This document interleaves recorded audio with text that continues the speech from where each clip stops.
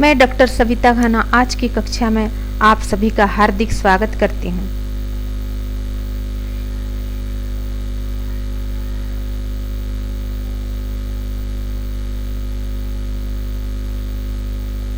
आज हम आपकी हिंदी पुस्तक का पहला पाठ बड़े भाई साहब का अध्ययन करेंगे, जिनके लेखक हैं प्रेमचंद। उनका जन्म हुआ था 13 जुलाई 1880।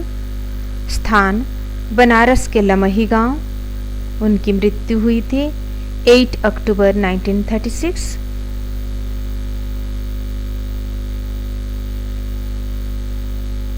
तो चलिए देखते हैं बड़े भाई साहब पाठ का नाट्य रूपांतर।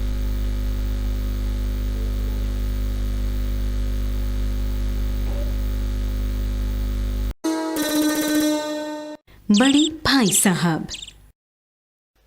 मेरे भाई साहब मुझसे 5 साल बड़े थे, लेकिन केवल 3 दर्जे आगे।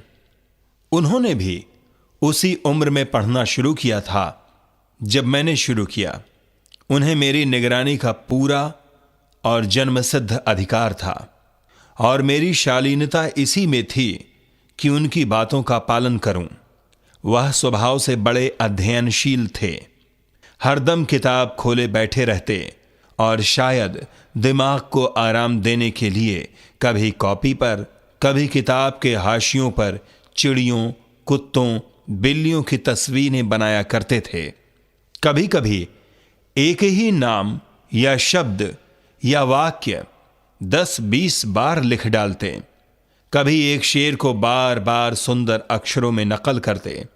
कभी ऐसी शब्द रचना करते जिसमें ना कोई अर्थ होता, न कोई सामंजस्य।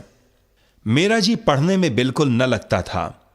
1 घंटा भी किताब लेकर बैठना पहाड़ था। मौका पाते ही हॉस्टल से निकलकर मैदान में आ जाता और कभी कंकड़ियां उछालता, कभी कागज की तितलियां उड़ाता। और कहीं कोई साथी मिल गया तो पूछना ही क्या। कभी चहारदीवारी पर चढ़कर नीचे कूद रहे हैं, कभी फाटक पर सवार उसे आगे पीछे चलाते हुए मोटर कार का आनंद उठा रहे हैं। लेकिन कमरे में आते ही भाई साहब का वह रुद्र रूप देखकर प्राण सूख जाते। उनका पहला सवाल यह होता, कहां थे? हमेशा यही सवाल इसी ध्वनि में हमेशा पूछा जाता था, और इसका जवाब मेरे पास केवल मौन था। न जाने मेरे मुंह से यह बात क्यों नहीं निकलती कि जरा बाहर खेल रहा था। मेरा मौन कह देता था कि मुझे अपना अपराध स्वीकार है, और भाई साहब के लिए इसके सिवा और कोई इलाज न था कि स्नेह और रोष से मिले हुए शब्दों में मेरा सत्कार करें। मैं उनकी डांट सुनकर आंसू बहाने लगता। जवाब ही क्या था? अपराध तो मैंने किया, डांट कौन सहे? भाई साहब उपदेश की कला में निपुण थे। मुझे तो चक्कर आ जाता था, लेकिन घंटे 2 घंटे के बाद निराशा के बादल फट जाते और मैं इरादा करता कि आगे से खूब जी लगाकर पढ़ूंगा। झटपट एक टाइम टेबल में खेल कूद का कार्यक्रम बिल्कुल नहीं रहता। प्रातःकाल उठना, 6 बजे मुंह हाथ धो नाश्ता कर पढ़ने बैठ जाना। 6 से 8 तक अंग्रेजी, 8 से 9 तक गणित, 9 से 9:30 तक इतिहास, फिर भोजन और स्कूल। 3:30 बजे स्कूल से वापस होकर आधा घंटा आराम, 4 से 5 तक भूगोल, 5 से 6 तक ग्रामर, आधा घंटा हॉस्टल के सामने ही टहलना, 6:30 से 7 तक अंग्रेजी कंपोजिशन, फिर भोजन करके 8 से 9 तक अनुवाद, 9 से 10 तक हिंदी, 10 से 11 तक विविध विषय, फिर विश्राम। मगर टाइम टेबल बना लेना एक बात है, उस पर अमल करना दूसरी बात। पहले ही दिन उसकी अवहेलना शुरू हो जाती। मैदान की वह सुखद हरियाली, हवा के हल्के हल्के झोंके, फुटबॉल की वह उछल कूद, कबड्डी के वह दांव घात, वॉलीबॉल की वह तेजी और फुर्ती मुझे अज्ञात और अनिवार्य रूप से खींच ले जाती, और वहां जाते ही मैं सब कुछ भूल जाता। वह जानलेवा टाइम टेबल, आंख फोड़ पुस्तकें, किसी की याद न रहती और भाई साहब को नसीहत और डांटने का अवसर मिल जाता। मैं उनके साए से भागता, उनकी आंखों से दूर रहने की चेष्टा करता। कमरे में इस तरह दबे पांव आना कि उन्हें खबर न हो। उनकी नजर मेरी ओर उठी और मेरे प्राण निकले।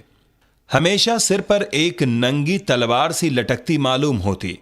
फिर भी जैसे मौत और विपत्ति के बीच भी आदमी मोह और माया के बंधन में जकड़ा रहता है, मैं फटकार और घुड़कियां खाकर भी खेल कूद का तिरस्कार न कर सकता। वार्षिक परीक्षा हुई, भाई साहब फेल हो गए, मैं पास हो गया और दर्जे में प्रथम आया। मेरे और उनके बीच में केवल 2 साल का अंतर रह गया। जी में आया भाई साहब को आड़े हाथों लूं। आपकी वह घोर तपस्या कहां गई? मुझे देखिए, मजे से खेलता भी रहा और दर्जे में भी अव्वल हूं। लेकिन वह इतने दुखी और उदास थे कि मुझे उनसे दिली हमदर्दी हुई और उनके घाव पर नमक छिड़कने का विचार ही लज्जास्पद जान पड़ा। हां, अब मुझे अपने ऊपर कुछ अभिमान हुआ और आत्मसम्मान भी बढ़ा। भाई साहब का वह रोब मुझ पर न रहा। आजादी से खेल कूद में शरीक होने लगा। दिल मजबूत था। अगर उन्होंने फिर शर्मिंदा किया तो साफ कह दूंगा, आपने अपना खून जलाकर कौन सा तीर मार लिया? मैं तो खेलते कूदते दर्जे में अव्वल आ गया। भाई साहब ने इसे भांप लिया। उनकी सहज बुद्धि बड़ी तीव्र थी और एक दिन जब मैं भोर का सारा समय गुल्ली डंडे की भेंट करके ठीक भोजन के समय लौटा तो भाई साहब ने मानो तलवार खींच ली और मुझ पर टूट पड़े। देखता हूं, इस साल पास हो गए और दर्जे में अव्वल आ गए तो तुम्हें दिमाग हो गया है। मगर भाईजान, घमंड तो बड़े बड़े का नहीं रहा। तुम्हारी क्या हस्ती है? तुमने तो अभी केवल 1 दर्जा पास किया है और अभी से तुम्हारा सिर फिर गया। फिर तो तुम आगे पढ़ चुके। यह समझ लो कि तुम अपनी मेहनत से नहीं पास हुए। अंधे के हाथ बटेर लग गई, मगर बटेर केवल 1 बार हाथ लग सकती है, बार बार नहीं लग सकती। मेरे फेल होने पर मत जाओ। मेरे दर्जे में आओगे तो दांतों पसीना आ जाएगा। जब अलजेब्रा और ज्योमेट्री के लोहे के चने चबाने पड़ेंगे और इंग्लिस्तान का इतिहास पढ़ना होगा। बादशाहों के नाम याद रखना आसान नहीं। शिक्षक तो वही देखते हैं जो पुस्तक में लिखा है। चाहते हैं कि लड़के अक्षर अक्षर रट डालें और इसी रटंत का नाम शिक्षा रख छोड़ा है। मेरे दर्जे में आओगे लाला तो ये सारे पापड़ बेलने पड़ेंगे और तब आटे दाल का भाव मालूम होगा। इस दर्जे में अव्वल आ गए हो तो जमीन पर पांव नहीं रखते। इसलिए मेरा कहना मानिए। लाख फेल हो गया हूं लेकिन तुमसे बड़ा हूं। संसार का मुझे तुमसे कहीं ज्यादा अनुभव है। जो कुछ कहता हूं उसे गिरह बांधिए, नहीं पछताइएगा। फिर सालाना इम्तिहान हुआ और कुछ ऐसा संयोग हुआ कि मैं फिर पास हुआ और भाई साहब फेल हो गए। भाई साहब ने बहुत अधिक परिश्रम किया। कोर्स का एक एक शब्द चाट गए थे। 10 बजे रात तक इधर, 4 बजे भोर से उधर, 6 से 9:30 तक स्कूल जाने के पहले मुद्रा कांतिहीन हो गई थी, मगर बेचारे फेल हो गए। मुझे उन पर दया आती थी। नतीजा सुनाया गया तो वह रो पड़े और मैं भी रोने लगा। अपने पास होने की खुशी आधी हो गई। मैं भी फेल हो गया होता तो भाई साहब को इतना दुख ना होता, लेकिन विधि की बात कौन टाले। मेरे और भाई साहब के बीच में अब केवल 1 दर्जे का अंतर और रह गया। मेरे मन में एक कुटिल भावना उदय हुई कि कहीं भाई साहब 1 साल और फेल हो जाएं तो मैं उनके बराबर हो जाऊं। फिर वह किस आधार पर मुझे तंग कर सकेंगे। लेकिन मैंने इस विचार को दिल से बलपूर्वक निकाल डाला। आखिर वह मुझे मेरे हित के विचार से ही तो डांटते हैं। मुझे इस वक्त अप्रिय लगता है अवश्य, मगर यह शायद उनके उपदेशों का ही असर हो कि मैं दनादन पास हो जाता हूं और इतने अच्छे नंबरों से। अब भाई साहब बहुत कुछ नर्म पड़ गए थे। कई मुझे डांटने का अवसर पाकर भी उन्होंने धीरज से काम लिया। शायद अब वह खुद समझने लगे थे कि मुझे डांटने का अधिकार उन्हें नहीं रहा, या रहा भी तो बहुत कम। मेरी स्वच्छंदता भी बढ़ी। मैं उनकी सहिष्णुता का अनुचित लाभ उठाने लगा। मुझे कुछ ऐसी धारणा हुई कि मैं पास हो ही जाऊंगा, पढ़ूं या ना पढ़ूं, मेरी तकदीर बलवान है। इसलिए भाई साहब के डर से जो थोड़ा बहुत पढ़ लिया करता था वह भी बंद हुआ। मुझे कनकौवे उड़ाने का नया शौक पैदा हो गया था और अब सारा समय पतंगबाजी की ही भेंट होता था। फिर भी मैं भाई साहब का अदब करता था और उनकी नजर बचाकर कनकौवे उड़ाता था।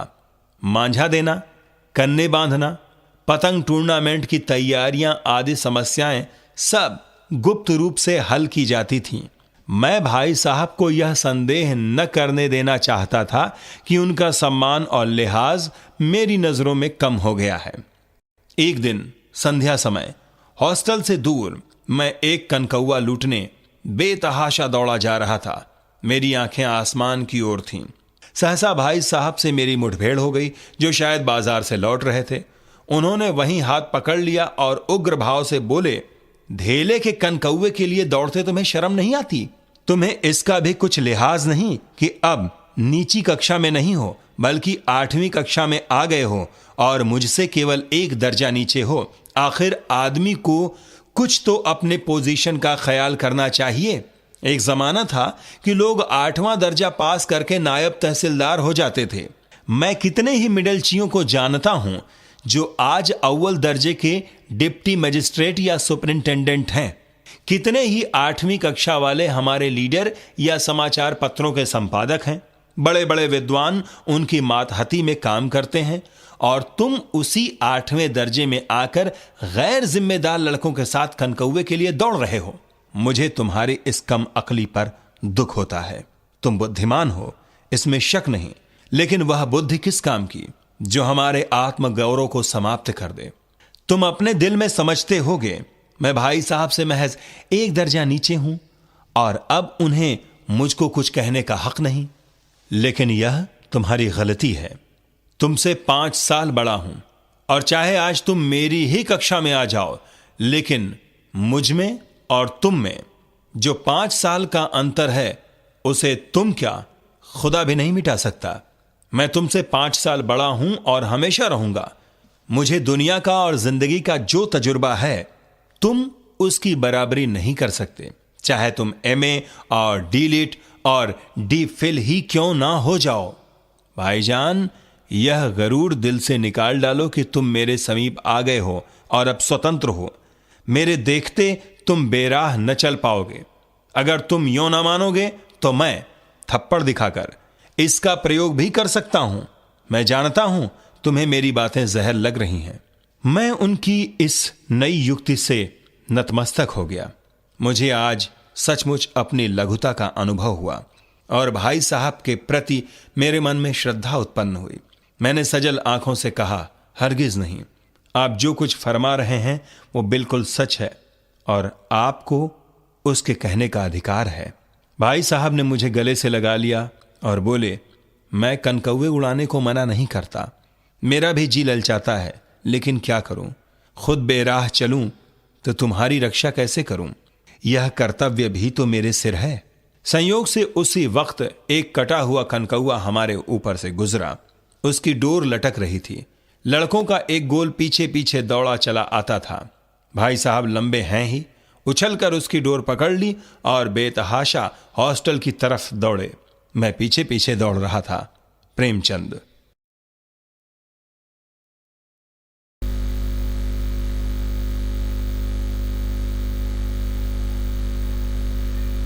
मुझे विश्वास है आपको यह नाट्य रूपांतर जरूर पसंद आया होगा। तो आज के लिए इतना ही। धन्यवाद।